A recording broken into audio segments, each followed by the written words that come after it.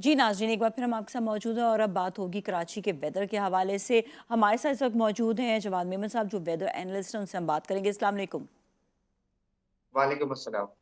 जी जवाद साहब, सबसे पहले तो अब हम यही देख रहे हैं कि बहुत जल्दी अभी फरवरी आया भी नहीं है और हल्की हल्की सी जो है ना, ऐसे लग रहा है कि गर्मी शुरू हो रही है। वेदर जो है वो एक मुताबिक रहता नहीं है, कभी एकदम से जो है वो सर्दी आ जाती है, कभी एकदम से गर्मी हो जाती है, कभी ओस पड़ जाती है और बारिश का कोई इम्कान नहीं है, जिसकी वजह से हम ये देख रहे हैं कि बहुत ज़्यादा जो है वो फ्लू और नज़ला ज़ुकाम खांसी बहुत ज़्यादा है।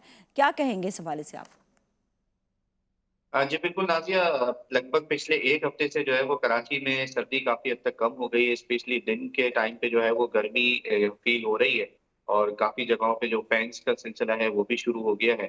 टेम्परेचर रेंज जो है वो 29, 30 इस तरह चल रही है। इनफैक्ट 1-2 दिन पहले जो है वो 31 डिग्री तक भी रिकॉर्ड हुआ है और 2018 के बाद जनवरी के महीने में ये इतने सालों बाद ऐसा हुआ है कि टेम्परेचर कराची का जो है वो 31 डिग्री को टच कर गया है।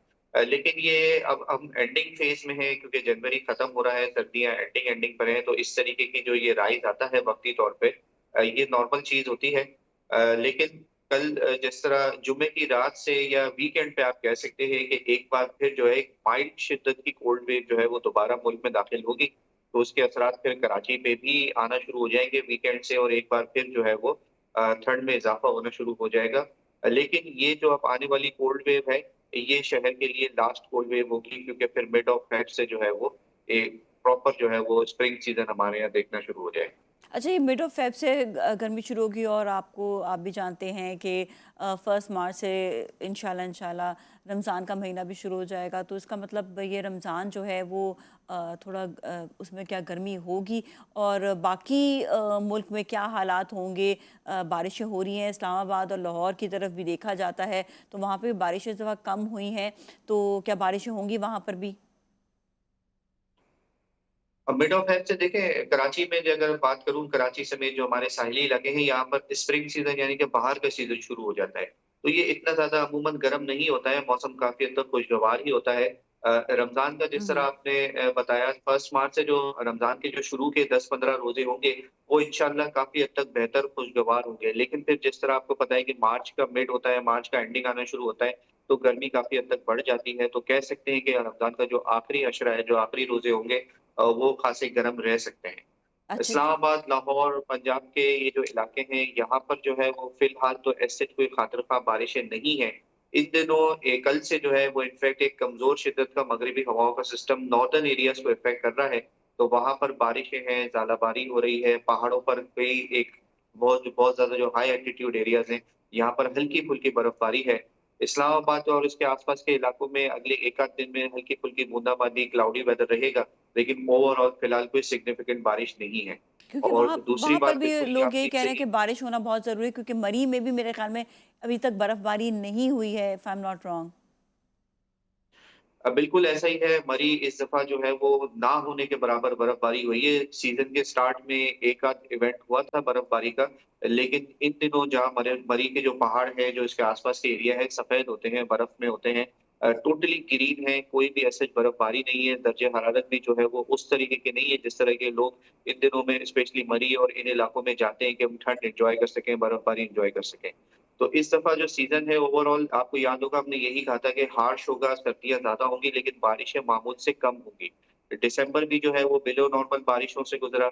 जनवरी में भी जो है वो काफ़ी हद तक बिलो नॉर्मल बारिशें देखी गई हैं और इस वक़्त इनफैक्ट पंजाब, सिंध और बलूचिस्तान के जो इलाके हैं यहाँ पर ड्राउट्स का जो है वो अलर्ट जारी कर दिया गया है। सूखे का मौसम है, ड्राउट्स कंडीशन चल रही हैं और फ़िलहाल जो फ़ेब का जो महीना है वहाँ पर भी 1 आध कोई 2 स्पेल आ सकते हैं स्टार्टिंग में।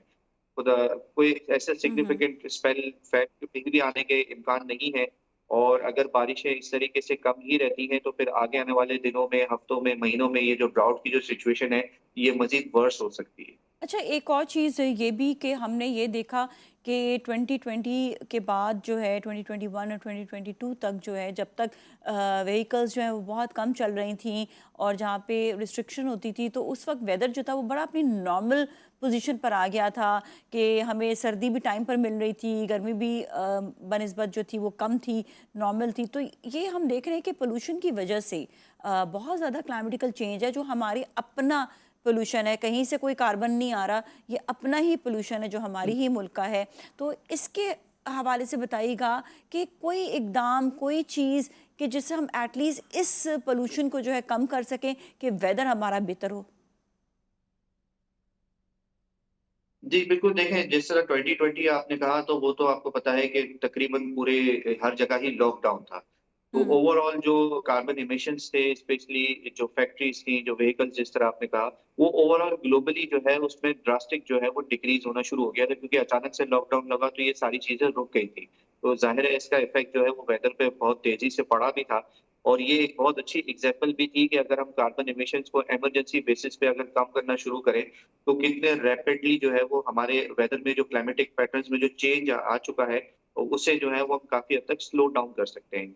साथ ही साथ उन सालों में जो ग्लोबल पैटर्न्स चल रहे थे, जिस तरह ला नीनिया सीज़न चल रहा था, 19 फिर 22 तक ये चला, लगातार 3 सालों तक जो है ये चलता रहा। तो उसमें हमारे पास ये था कि मानसून सीज़न में जो है वो रिकॉर्ड तौर बारिश हुई थी। 2022 तो आपको पता है कि हमारे यहाँ जो है वो सीवियर फ्लडिंग थी। पंजाब में, बलूचिस्तान में, सिंध में जो है वो कई इलाके जो डूब चुके थे। लेकिन फिर 2023 से जो है अब ग्लोबल पैटर्न्स दोबारा शिफ्ट होना शुरू हुए हैं। बेसिकली ला नीनिया पैटर्न इस वक़्त भी चल रहा है, लेकिन इसका जो इफ़ेक्ट होता है मानसून में, वो मामूल या मामूल से ज़्यादा बारिशों का होता है, और सर्दियों की सीज़न में एग्ज़ैक्टली उसका ऑपोज़िट होता है। और वो चीज़ हम इस वक़्त देख भी रहे हैं कि ला नीनिया सीज़न है और सर्दियों की जो बारिशें हैं वो बहुत ज़्यादा इफ़ेक्ट हो रही हैं। लेकिन उम्मीद है कि आने वाले 1 से 2 महीनों में ये सिचुएशन न्यूट्रलाइज़ होती है, तो कह सकते हैं कि मार्च अप्रैल का जो महीना है उसमें बारिशें कुछ हद तक बेहतर हो सकती हैं। रही बात क्लाइमेटिक पैटर्न्स को, इन चीज़ों को, ये जो हमारे जो चीज़ें हमने ही खराब की हैं, ये कोई 15, 20, 25 साल पुरानी बात नहीं है। हुँ। इंडस्ट्रियल रेवोल्यूशन जब से शुरू हुआ है, आप कह सकते हैं कि पिछले 100 सालों में जो भी कार्बन एमिशंस होना शुरू हुए हैं, उन मुल्कों की जानिब से जो ज़्यादा तरक्की याफ्ता है, पाकिस्तान में तो इसका बहुत ना होने के बराबर कोई कंट्रीब्यूशन है पाकिस्तान जैसे हुँ। मुल्कों का।